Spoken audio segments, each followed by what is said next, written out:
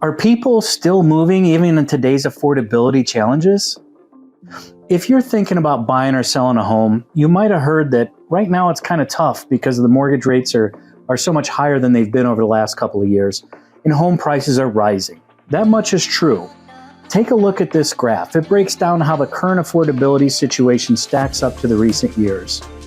To interpret these indices, a value of 100 means that a family with the median income has exactly enough income to qualify for a mortgage on a medium-priced home. The black dotted line represents that 100 value in the index. Essentially, the higher the bar, the more affordable the homes are. As you can see, the orange bar for today shows higher mortgage rates and home prices have created a clear challenge. But while affordability is definitely tighter right now, that doesn't mean that the housing market is at a standstill. According to the NAR, based on the pace of the sales right now, just under 4 million homes will sell this year. With some simple math, let's break down what that really means for you. 3.96 million homes divided by 365 days in a year, 10,849 homes sell each day. 10,849 divided by 24 hours in a day, 452 homes sell in an hour. 452 by 60 minutes in an hour, it's about 8 houses sell every minute. So on average, over 10,000 homes will sell each day in the country. Whether you're a buyer or a seller, this goes to show that there are still ways to make your move possible, even at a time when affordability is tight. As an agent, I can help make your move a reality. You may be wondering how other home buyers and sellers are making this happen right now.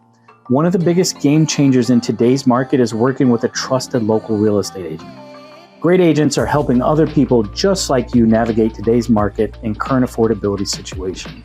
And their insight is invaluable right now.